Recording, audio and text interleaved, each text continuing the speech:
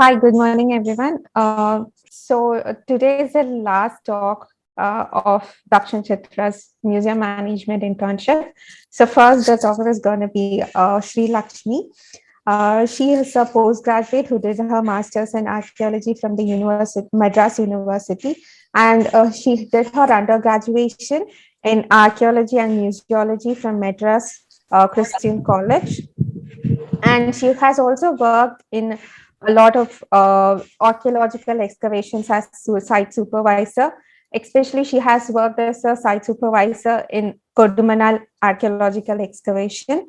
And she has other interests like Indian prehistory, Iron Age, and early historic culture of India, anthropology, culture, and heritage, and Hindu mythology. And her hobbies are trekking, heritage work, and antiquity collection. So let's hear what she has to say about the talk. Over to you, Sri Lakshmi. Thank you, Kaushik Jiti, for such wonderful words and warm welcome. So, thank you everyone who have turned up here for my talk. So, good morning, all. Welcome to the talk. Today's my topic is What India Whispers Menstruation Across Culture. So, I'm very glad to talk about this topic.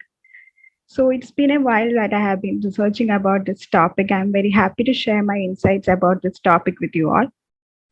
So I also thank Dakshina Chitra Library for the opportunity they have given me and also for the resources they have provided me for this talk. I also thank Indra ma'am for her valuable support she has given me for this talk. So as I say, this is from my short-term duration research. So if there is anything which you people think is being not propagated correctly, please do let me know. So the topic for today's discussion is menstruation through science, mythology, Ayurveda, religion, and menstruating goddesses, menstruation celebrations, ancient beliefs and taboos regarding menstruation, evolution of menstrual products, and health in India and modern world regarding menstruation. Menstruation in science. So through this talk, I am describing the cultural practices and explain the scientific and logical reasoning behind the origin of certain practices. So today, many people assume that the cultural practice around menstruation are a taboo and need to be done away with it. So the correct understanding of science behind menstrual practices will help us to prevent the menstrual difficulties and develop a positive attitude towards our menstruation and learn to work it with singing natural cycles. So let's see what science tells about menstruation. So as we all know, menstruation is a natural part of the reproductive cycle in which blood from the uterus exits through the vagina. So it's a condition in which our body prepares itself for pregnancy every month. So if no fertilization takes place, then our body sheds the lining of the uterus to free itself of any substance that can be harmful to our body. So menstruation is basically the unnecessary tissue flow from the vaginal parts. So as we all know, menstruation is just a natural biological process that every girl and woman go through every month about half of their life. It's a phenomenon that is so significant for the survival and propagation of the species. But still we see it as a taboo nowadays. Menstruation can save your life and your family's life. So the recent studies conducted have came up with the theory that women live longer because we menstruate. So it's been said that menstrual blood can save your life from threatening diseases. A research conducted in 2007 revealed that the stem cells from menstrual blood have high regenerative properties, perhaps more than the stem cells from the umbilical cord and the bone marrow. So, in addition to banking the umbilical cord or bone marrow, women can now bank their menstrual blood also.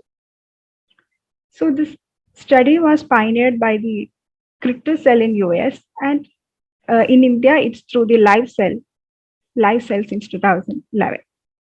So it's been said that the stem cells from the menstrual blood were found to be unique because they can multiple rapidly, grow into other types of cells, and develop into neural, cardiac, cartilage tissues, as well as fat and bone.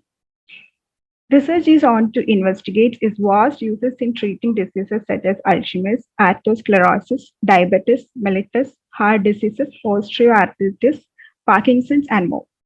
So it's also greatly increases the chance of a successful transplant. So your menstrual blood can save your life and that of your genetically related family members, such as siblings, parents, and your children. So next we move on to menstruation in Hindu mythology. So let's see what Hindu mythology have stories regarding menstruation.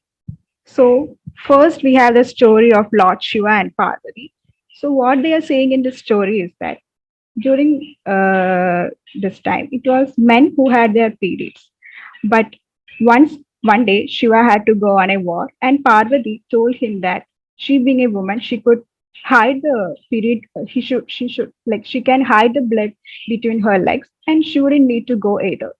So she begged to Shiva give her the curse, and Shiva was obliged. So it's been said that it's a blessing for women, and women should never complain about getting periods. So this is what this story about Shiva and Parvati have to tell regarding the origin of menstruation in mythology. And the next story is about the curse of Indra.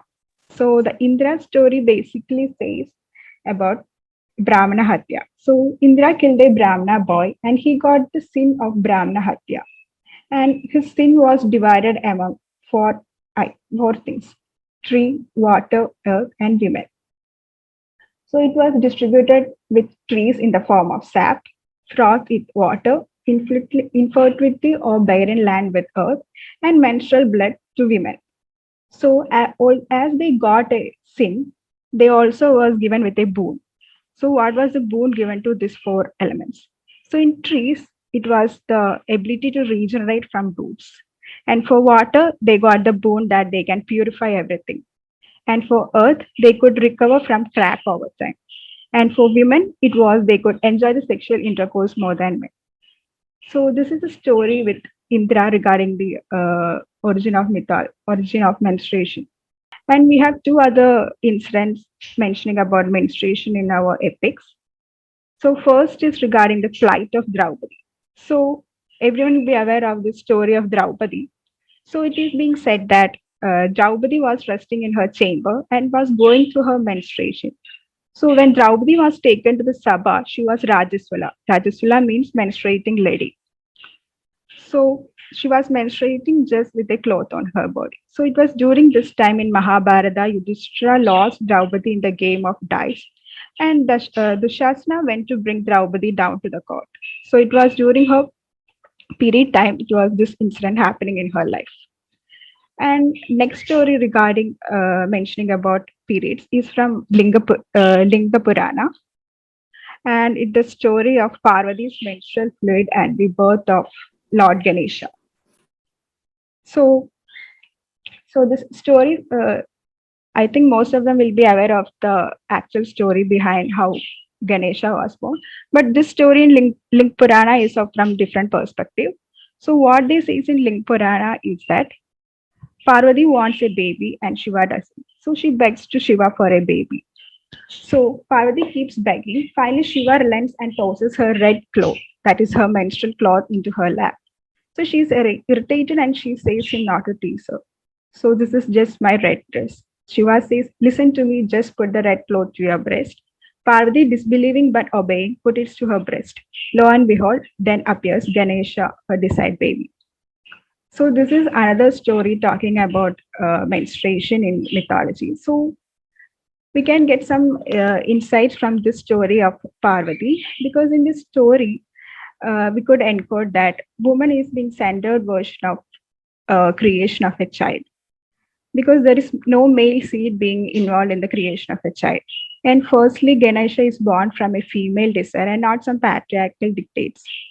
And secondly, from this story, we can come to know that it's from the bodily power, that is the menstrual fluid, and not from a male seed that a child is coming to earth. And thirdly, from this image, we can see that a woman's act of breastfeeding, which we can say influence and nurtures it. And this is what brings Ganesha back to life. So this is an example of the woman-centered or the female body-centered truths encoded in our Hindu mythology. Next, we can move to Ayurveda, menstruation in Ayurveda. So when coming to Ayurveda, Ayurveda has some interesting aspects regarding menstruation. So there are three internal bodily forces called tridosha in human body. It's Vada, Pitta, Kapha. Vada, which deals with element air, Pitta with element fire, and Kapha with element water. So when these three are not in a state of equilibrium, there are chances for diseases to arise. So in menstrual language, the release of hormones that lead to menstruation is triggered by the Vata dosha, which controls all the movement. And in the process of ovulation is a result of Pitta dosha, which is responsible for the transformative process. And the stability that we enjoy after our post menstruation is due to the dominance of Kapha dosha, which maintains all the cell structures. So in the picture given, we can see how these are distributed in our body, Vada, Pitta, and Kapha. So this is the main important point or the reason behind various cultural practices that we are practicing today. So during menstruation, Vata is the predominant dosha in our body. Apna Vayu, one of the elements air, functions of the Vata dosha. It is responsible for the downward flow of menstruation. Therefore, any activity that interferes with this necessary downward flow of energy during menstruation should be avoided. So during menstruation, women are more likely to absorb other energies in the environment. This forms the basis of most of the cultural practices around menstruation in India. So this is the main reason we are facing with most of the cultural restrictions, menstrual restrictions in India. Let's see how these menstrual restrictions evolved. So the study of chakras, we can find that the uppermost chakra located slightly above the head is called Sahasra chakra, which is considered as a seat of spiritual realization. So in this picture, we can see the Sahasra chakra of the human body, which is the main seat for the spiritual activities in human. So the aim of religious rituals and practices is to cause the movement of bodily forces upward and towards the Sahasra chakra. So all those ritual activities like chanting mantras, going to temple, all these gives a force in body to move the air upwards, that is towards the Sahasra chakra. So it was understood that specific rituals could result in changing the circular movement of the Samana Vayu, thereby affecting digestion. In similar way, certain rituals could also impact the downward movement of the Apana Vayu, thereby impacting menstrual and accordingly menstrual restrictions evolve. So basically what they're saying is that certain rituals, certain religious activities makes our energy flow in the upward direction. So, and in the case of menstruation in women, the energy seems to be flowing downward.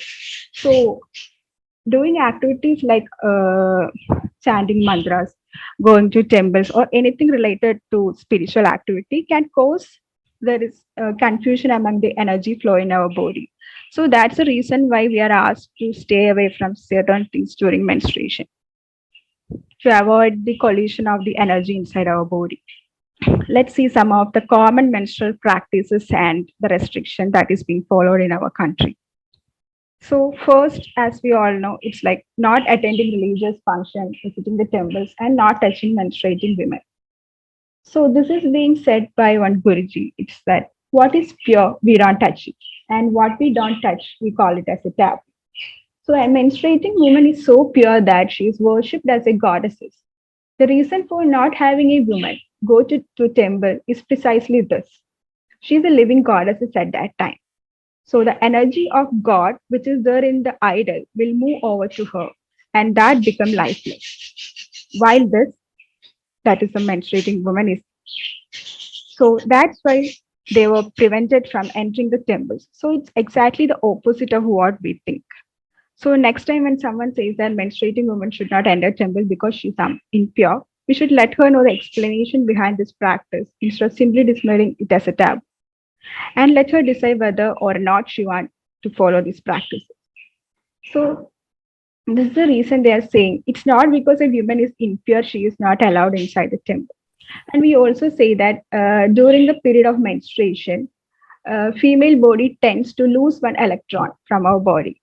So when one electron is loosed from our body, it tends to gain electron from the nearby things, whether it is human beings or whatever living organism that is near to us, it tend to gain electron that is loose from the body. So that's the reason why menstrual circulation or these restrictions are given to women. And the next restriction we have seen through is avoid cooking and eating with others during menstruation.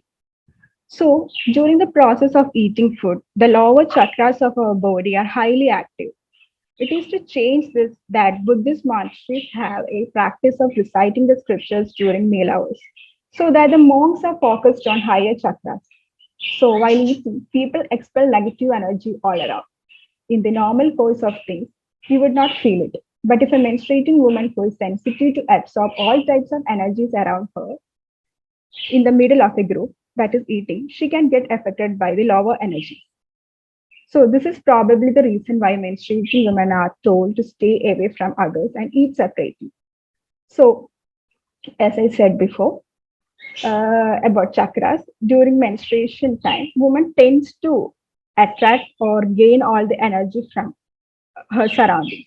So whether it is negative or positive, or whether it is whatever kind of energy, women tend to gain electrons. So it's for women's good being only they are asked to do such things. And the thing with cooking. So the plant life, according to the Veda, is imbued with prana, a rising energy flowing up from the earth towards the sun and the sky. So conversely, our menstrual blood is instilled with apana vayu, the downward flowing bodily air pulled down from the body by magnetic forces of the earth. These two powerful sadhanas do not go hand in hand. Plant-derived food is also kapha in nature, full of youth-giving energy that nourishes the body. So menstrual blood is dominated by pitta and vata, which fosters the cleansing of the spirit. It is most unwise to introduce the rising, energizing nature of our food into our blood, or to mix the downward flow, cleansing energy of blood into our system, either by preparing food during menstruation. So here also they are talking about the collision of energy. So in plant, we have prana, that is the energy inside living organs. So the property of this is to move upward. And during the time of menstruation, the female body have a downward flow of energy. So it's a collision or the meeting of these two energy which can cause like problems in female body. So they are asked now to cook or go into kitchen during the menstrual time. And third one we have heard is avoid sex during menstruation. During sexual intercourse, women absorb the male energy and men release energy into the women during ejaculation. So imagine a menstruating woman who is meant to release her own energy and is instead having to absorb her partner's energy. Also, if she has sex with multiple partners or with partners having negative energy, it would affect her adversely. Therefore, sex during menstruation was believed to affect a woman's natural energy flow, and thus it was prohibited for her own good. And we believe that menstrual blood is impure, but we can see three instances where it is considered something pure. That's why people are doing such activities related to menstruation. So first one is in Manipur, when a girl got her first bleeds, the cloth into which she bleeds is safely kept aside by her mother and gifted back to her when she gets married. This cloth is believed to be so powerful that it will protect the girl and her family from poor health and others. So this is a belief followed by people in Manipur. So if it is something which is impure, they won't follow such traditions in their place.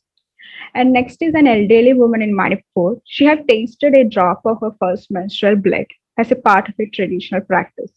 This blood was considered to be very powerful and believed to keep them in good health when consumed.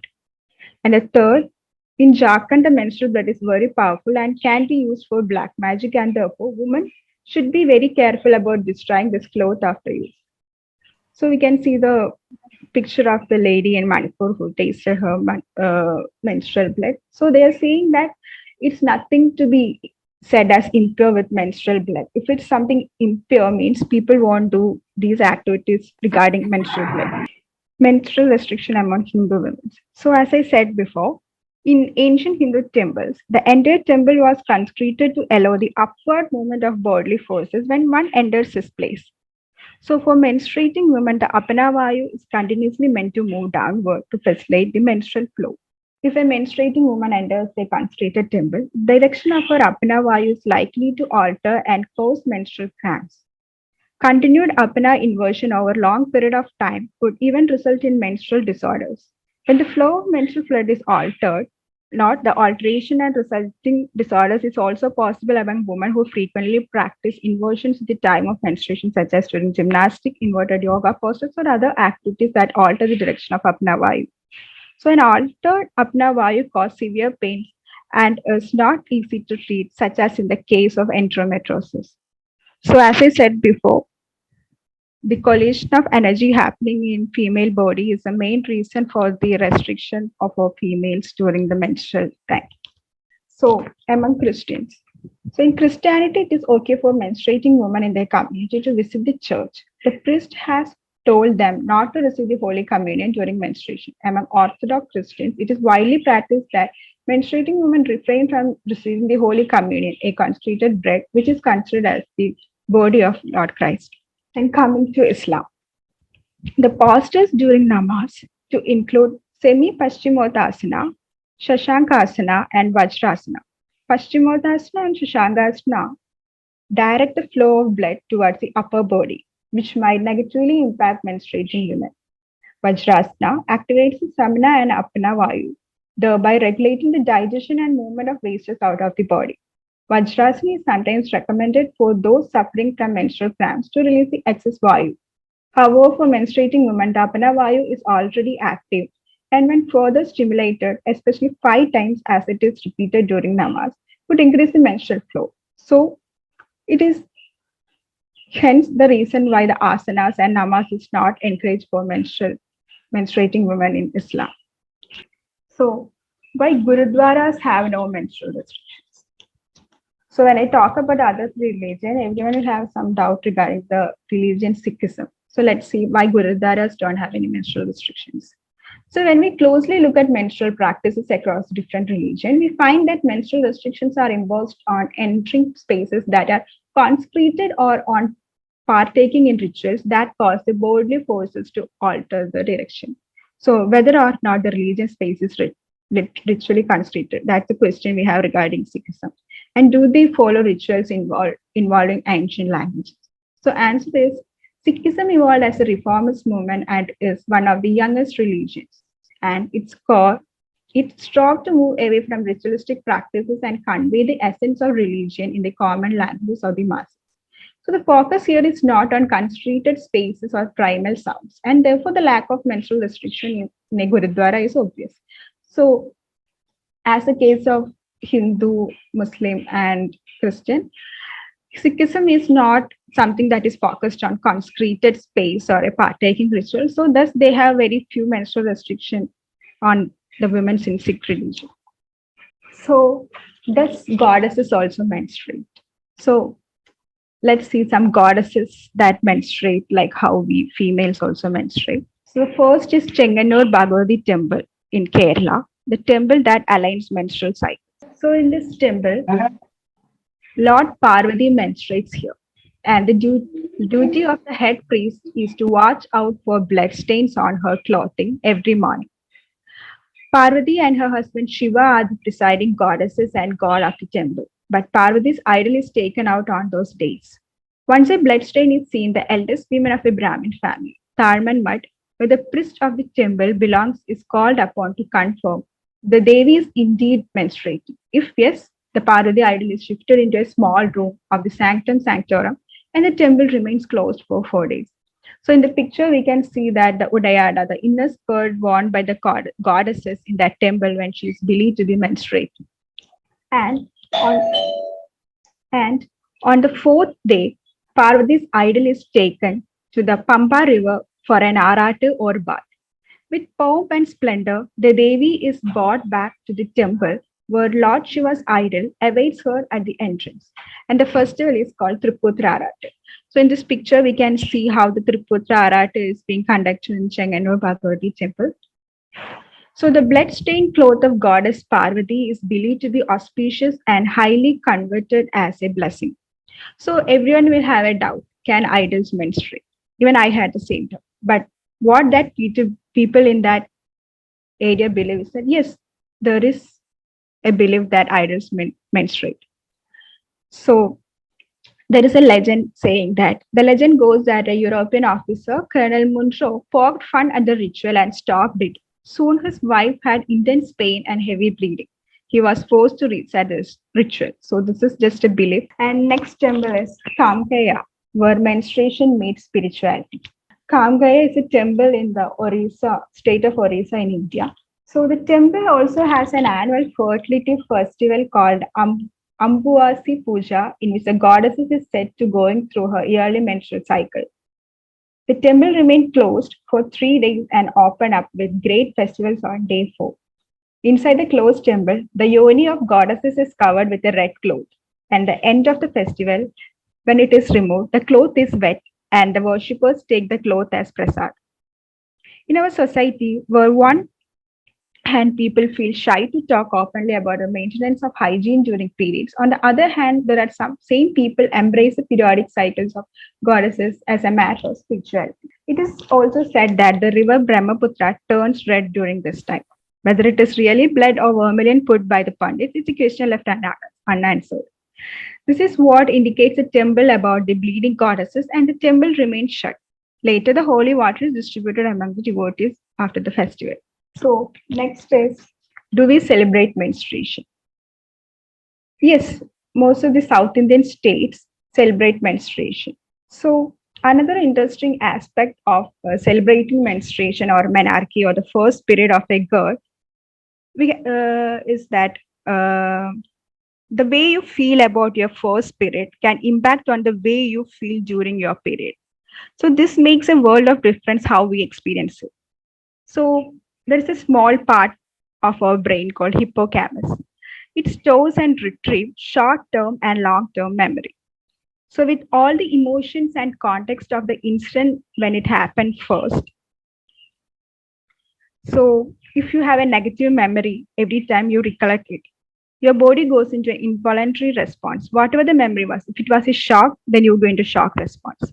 So the first period was one way you are anxious, angry, embarrassed, or stressed out. There is very high chance during the subsequent period, the memory associated with it puts your body into stress response.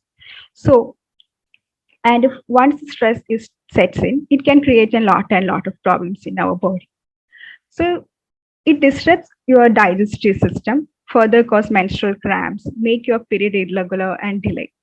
So that's why in our culture, much importance is given on how you should look upon on your period. So you should feel peace. You should feel very positive about your period. So next time when we curse and crab about that we have started bleeding, maybe we should think twice because it is going to come back to us. So it's being said that how we are seeing our period is the way how it is going to give to us back to us. So generally across South India, puberty attainment of girls, that is Ridumadi, is a matter of great celebrations. It is celebrated as Pirandu Kalyanam in Kerala, Manjal Niratu Vira in Tamil Nadu and Andhra Pradesh, and Ashirvad in Karnataka. So this is the 4 states of South India celebrating menarche or the first menstruation intercourse. So Pirandu Kalyanam is mainly celebrated in Kerala. Pirandu Kalyanam is a function conducted when girls attain puberty. When the menarche is reported, the girl is given a deep coconut oil massage from hair to toe. The belief was that when the girl attains puberty, the goddess Bhagavati enters her body, and therefore the goddess has to be sent away to achieve peace to the girl. As soon as the girl attains puberty, the woman of the family will make a peculiar loud sound known as kurava to inform the neighbors. The girl will be seated in a room, and near to her, a copper vessel smeared with Raut's powder will be placed. A bunch of coconut flour will also be placed in the vessel. Near to that thing, like ulakka, a wooden instrument for pounding paddy, and chula, broom will also be placed. And the girl will have to remain in the room throughout the day and night, wearing new clothes and ornaments. The Ashtamangalya function will begin in the house. The Attikurishi lady belonging to Baba community, will murmur mantras in the ear of girl and drop rice on her head. On the 4th day after bathing and wearing new dresses, the function ends with colorful procession and grand feast. So this is the way how the first period is being celebrated of a girl is being celebrated in Kerala. Let's see some of the ancient beliefs and menstruation across the world, how people have beliefs regarding menstruation.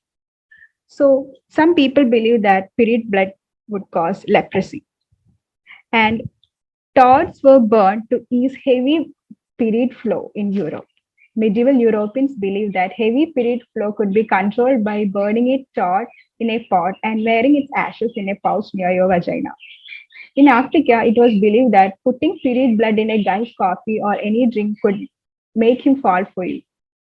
And Romans contact with the monthly flex of women's turn, new wine sour, makes crops wither, kill grass, dry seeds in garden, cause the fruit of trees to fall off, dim the bright surface of mirrors, dull the edge of steel and the gleam of ivory, kill bees, rust iron and bronze, and cause a horrible smell to fill the air. So Romans also believed that dogs would make taste period blood become mad. So period blood could make iron rust. These are all the strange beliefs of the Roman people regarding menstruation.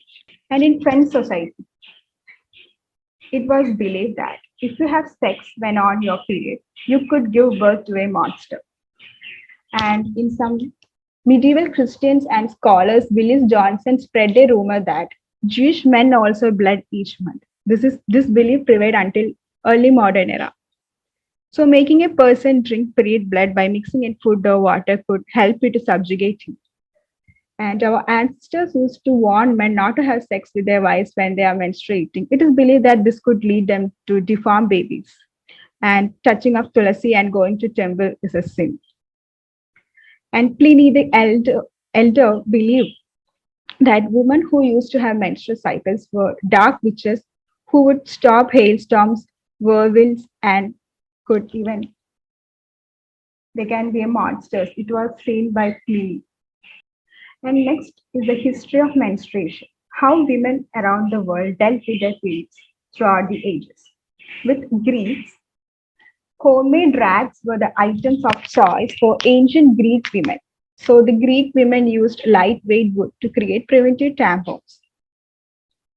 And for Roman women, they created homemade pads or rags from which woven cotton as it is an incredibly absorbent material. Women also created pads from sheep's wool in Rome.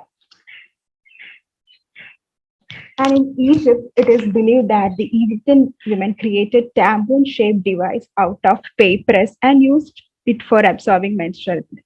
And in the case of ancient Africa, women used roll of grass or grass mats to absorb menstrual blood. And these were the evolution of menstrual products.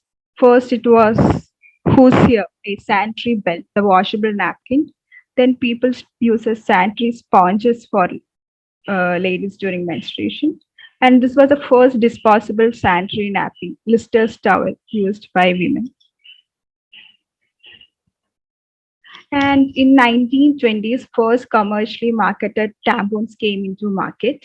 And next came Cortex, successful sanitary napkin launched. And women also use sanitary aprons. As seen in the picture, we can see how an apron is. And in modern age, we have adhesive pads, menstrual cups, and disposable tampons.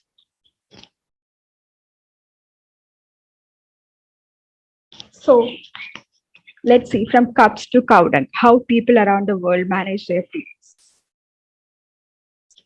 So people have collected menstrual blood using materials such as scraps of fabric and other textile materials, animal fur, natural sponges, and moss for thousands of years. Some indigenous people used grass mats, which they could squat over the naturally absorbent grass, would soak up the blood in a lodge made specifically for individuals who are menstruating. In Chinese culture, sand or dried grass was tightly packed and then wrapped in fabric before being used as pad-like device for protection. Historically and in modern times, the creation and use of menstrual products have been dependent on geographical location, cultural attitude towards menstruation, and available material. So let's see how some women manage their periods.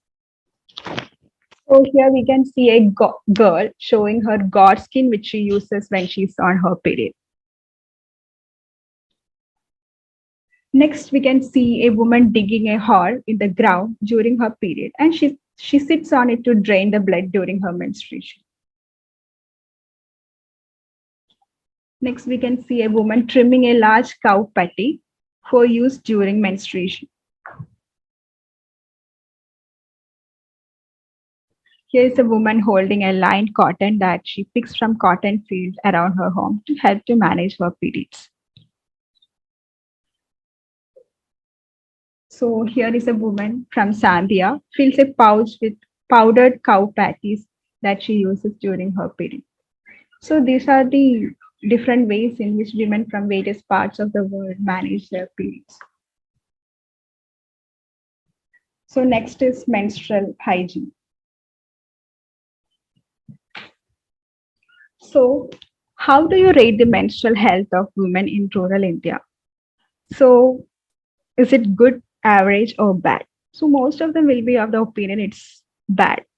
So let's see whether it is good, average, or bad. So this is the statistics of from certain research papers, from published research papers. So it says that the prevalence of heavy menstrual bleeding, that is menorrhagia, this is a statistic between developed countries and India. So the self-supported study says that in India, 18.7% of the girls are suffering from menorrhagia, that is heavy menstrual bleeding. So that is a self-supported study, and the study that is being examined by Gyna, it is like 15% self-involved medical examination. This is the case of India. And in the case of developed countries like Europe, Netherlands, Germany, Switzerland, France, Spain, it's like way high than Indian percentage. So we can see in this graph, in Netherlands is 22.2, Germany 24. And in countries like England, during a baseline response, it is say that it is 52%. So it's easy to know from this report that the heavy menstrual bleeding, what we think in India, is comparatively very less compared with that of the other developed countries. And this is on some other parameter we are looking. It's common, so common. This is prevalence of menstrual pain, that is dysmenorrhea. So in the case of India, in rural girls, the case of prevalence of menstrual pain is 41.78. And in urban, it is 72.61%. And when we take the cases of dysmenorrhea in developed countries, in Singapore, it is 83%. Texas is 85, and Australia it's 94. So this is high. This is very high among teenagers. Everywhere, even in India, it's very high among teenagers. So this dysmenorrhea is a main reason for girls being absent from schools. And till now, we have heard that girls in India miss the school due to menstruation. So there are now numbers more in US, Australia, the developed countries than in India.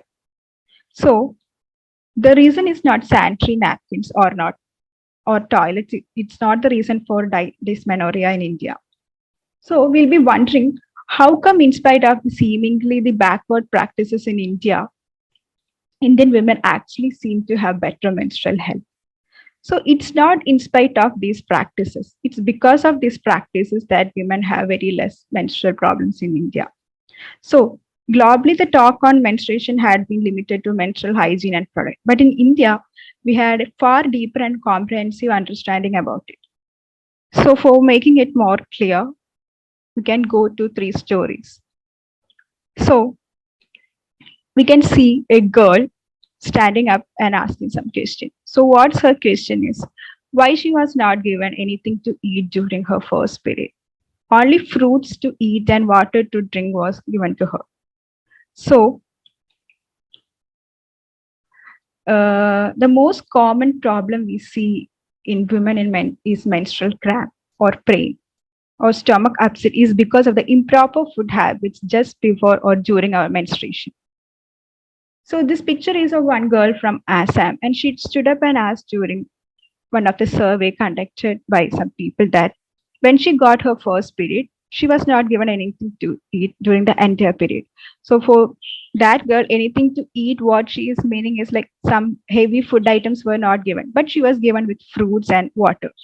So why it's not even anything given to eat? So we see that first period is being celebrated as a traditional culture in India. So restriction in food is also a very common thing that women carry on later in their life. So why importance is given to what we eat and not eat during a period? So as per Ayurveda, there is a term called ama. So Ayurveda uses the term ama to talk about the toxins in our body that results from food being only partially digested or waste that is not eliminated properly. So, AMA is the main reason for most of the diseases in women during menstruation. So, one of the most common problem we see in women is menstrual cramp, pain, or stomach upset. It's because of the improper food habits just before or during our menstruation. So, unlike in men, we women have a natural process every month by which the AMA or the toxins from our body is being released. That is the process menstruation. So that's why Ayurveda see menstruation as a detox process. And many women realize that we feel so much better and the skin glows after our menstruation. So it's just because we are getting a free detox after menstruation. So for some women, they have skin breakdowns. Some have excessive vomiting on the first day of their period, and some women actually have loose bowel movements during the first days of their periods.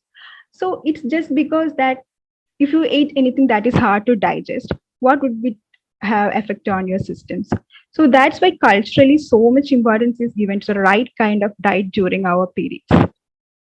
So as fruits is something which is easy to digest, that's why it's given as a part of the culture itself to the girl who is first menstruating. So that was the reason why this girl was mainly fed with fruits during her first menstruation.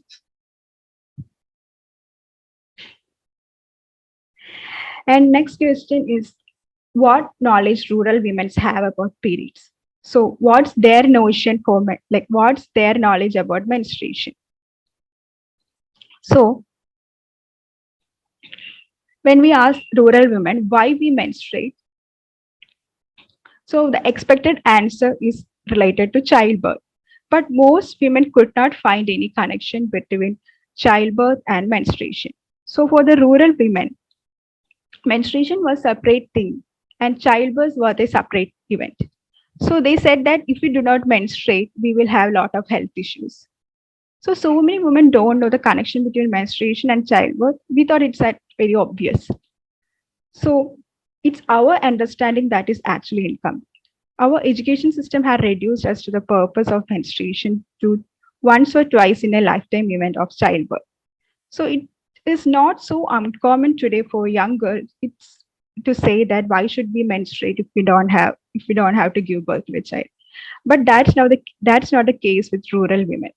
For them, menstruation have more benefits to their day-to-day life. They attach a lot of health benefits with menstruation. So they feel that observing period for a long time can help them to understand any sickness, imbalance in their body will be actually shown through the way they bleed.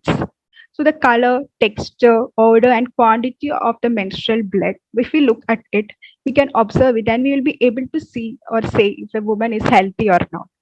So the periods is an actually a natural indicator of whether or not they are healthy. So the food restrictions and they taking rest during menstruation are all part of this day-to-day activities which they think is important to them. So when we meet these rural women who is not from a formal education system, we need to pay attention to what they really say about periods because they comes up with some conclusions basically based on the proper knowledge about their body. So this is the way how rural women believe about menstruation. And see, these women who see in these pictures, they don't use any menstrual products. So why? So These women seen in this picture is from Karnataka.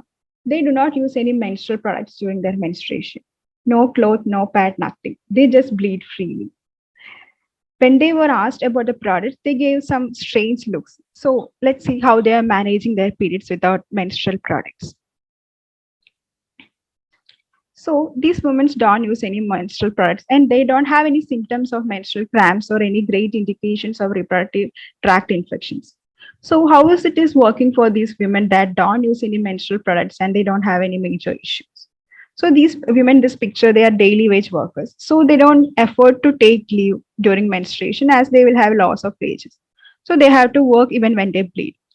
And they spend almost 8 to 10 hours every day in the hot sun, physically toiling away. And they also sweat profusely during the daytime. So it's very difficult for them to use sanitary napkins. As we all know, sanitary napkins have bottom layer made of plastic and it's unbreathable.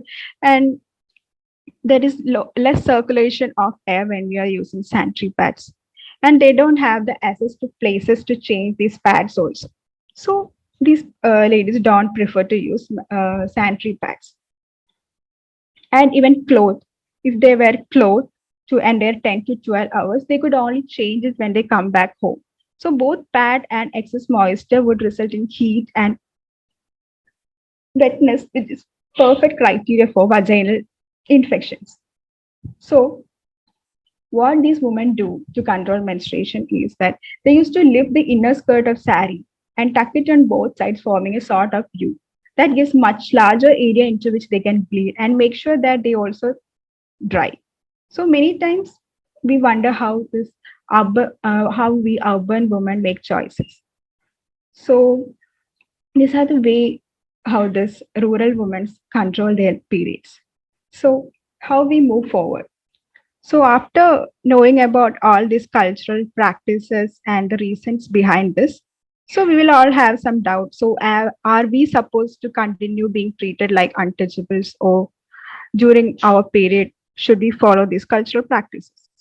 So the answer is like no. The intention of this was just to let you know that there are valid reasons and ancient science behind menstrual practices.